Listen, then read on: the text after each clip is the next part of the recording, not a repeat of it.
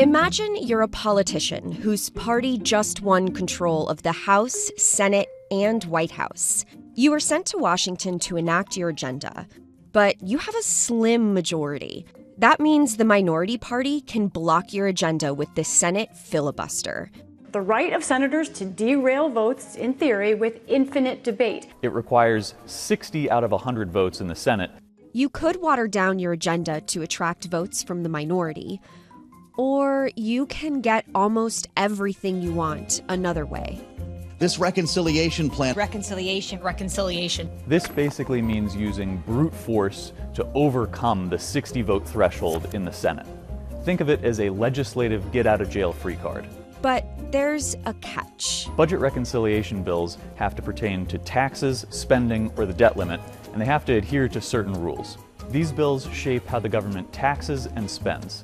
They impact vital government programs and the pocketbooks of millions of Americans. The reconciliation process can be an unpredictable roller coaster. So here's a guide to how it works. First, both chambers of Congress have to pass the same budget resolution. The budget resolution is a blueprint that tells committees how much they can add to or subtract from the federal deficit. This is Jack Fitzpatrick. He covers Congress for Bloomberg Government. We asked him to break down the reconciliation process for us. So how do lawmakers make sure items on the bill stay budgetary? That's where the bird bath comes in. No, not that bird bath. The bird bath is a fun way to refer to the Byrd Rule and is named after its creator, the late Senator Robert Byrd.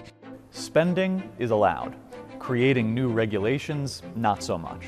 But before senators can vote on the final reconciliation package, they have to stop by the strangest part of the amusement park. That is the vote-a-rama. This is when senators can propose changes to the legislation. It's also when the minority offers up dozens of amendments to throw a wrench in the majority's agenda.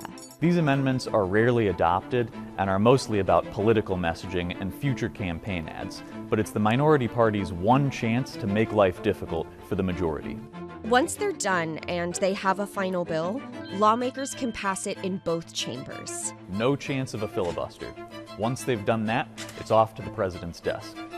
In the end, budget reconciliation is the majority party's secret weapon, letting them get legislation through the Senate without the messy business of bipartisanship. So whether it's tax policy or funding a border wall, reconciliation is how the party in power gets to flex its muscles and deliver on its campaign promises.